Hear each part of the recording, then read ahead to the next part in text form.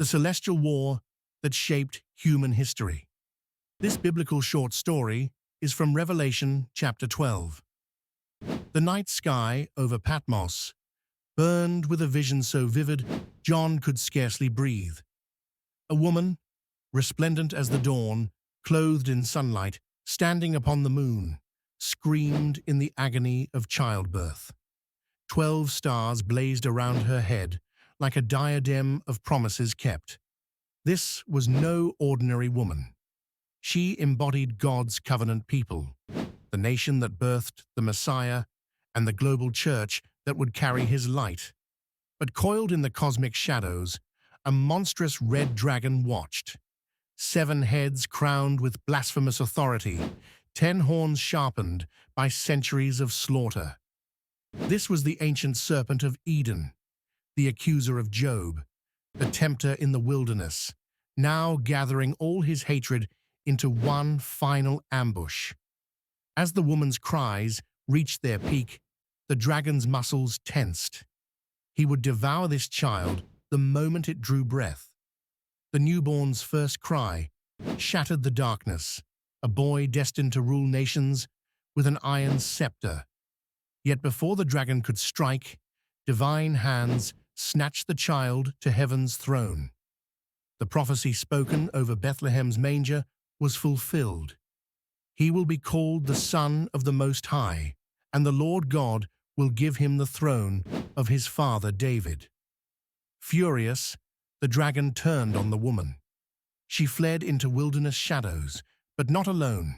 Eagle's wings carried her to a refuge prepared by God.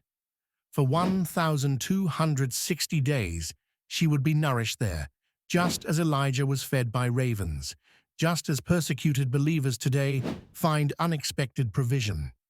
Then came a sound like collapsing mountains, Michael the archangel leading heaven's armies against the dragon. No earthly battle could compare to this celestial war.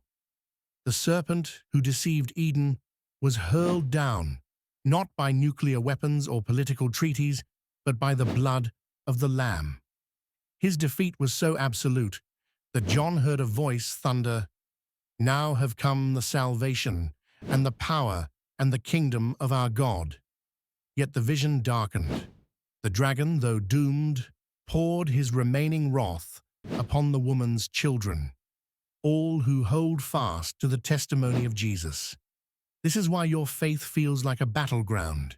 This is why missionaries face prison walls, why your teenager encounters bizarre temptations, why ancient hatreds resurrect overnight. The serpent knows his time is short.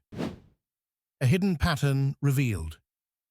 Centuries before Revelation, Pharaoh ordered Hebrew babies drowned, but Moses survived.